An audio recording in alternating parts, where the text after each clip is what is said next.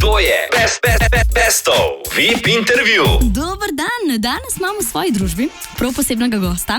Lahko bi mu rekli kar rock legenda, ki je v svojem življenju doživel kar 2 ali pa celo 3 kariere.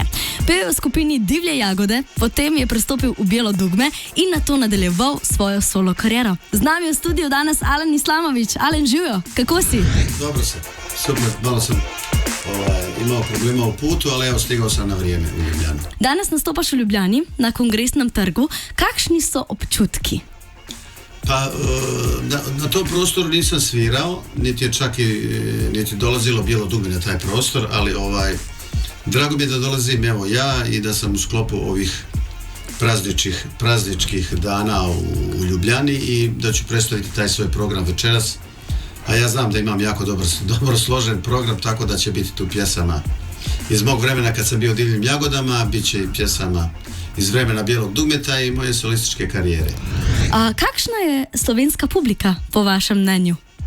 Predivna, prije tamo negdje nekih 30 i još nešto godina, možda 35-6 godina, bila je malo hladna prema toj nekoj sarajevskoj rock školi. No, međutim, u zadnje vrijeme, zadnjih 30 godina, 25 godina, stvarno toliko su ušle pjesme ove što sam ja pjevao sa Bijelim dugmetom pogotovo, ušle u generacije i sve generacije i pjevaju, tako da imamo i dosta mladih novih generacija koje dolaze da čuju kakve su to pjesme od Bijelog dugmeta ili kakve su moje pjesme, tako da je vatrena publika sad u Sloveniji u zadnje vrijeme i vraćaju se čak i primijetio sam, vraćaju se dosta rock and roll.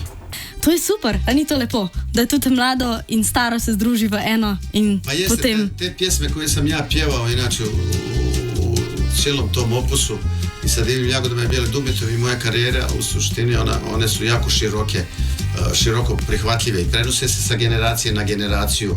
Ta prva pjesma koju sam ja napisao, Motori, ona je dan danas jako aktualna i interesantna pjesma i kad je izvodim je baš sa onim žarom koji sam imao tamo negdje 80-ih godina, tako da hoću reći da su te pjesme prenose sa generacije na generaciju i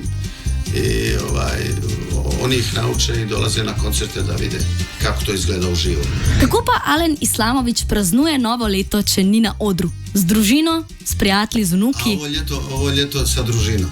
Lepo. Da, sviram na Kopaoniku, zimsko jedno odmaralište Kopaonik, u Srbiji, gdje ćemo se pojaviti kao Bijelo dugme, svirat ćemo tamo doček nove godine. O, zelo lepo. Ok, a imaš kakšno novoletno zaobljubo za leto 2026? Pa 2026. Ne znam što me čeka, ali samo mogu reći da mene čekaju ta neka osvježenja u mojoj karijeri, izdajem i pripremam svoj novi album. Već smo na pola puta, album mi producira baš moj dragi prijatelj Slovenac. Res? Mac Milan, koji je poznati producent i u Londonu, čak radio je dosta u Americi.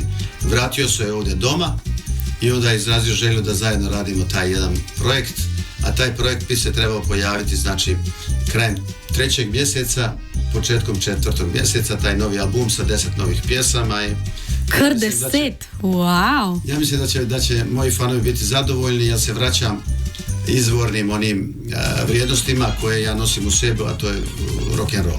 Hvala, ker si prišel. Včasih mi je bilo gostiti tako veliko glasbeno legendo. Hvala, ker si prišel, Alen. Hvala vam. Vedno dobrodošel.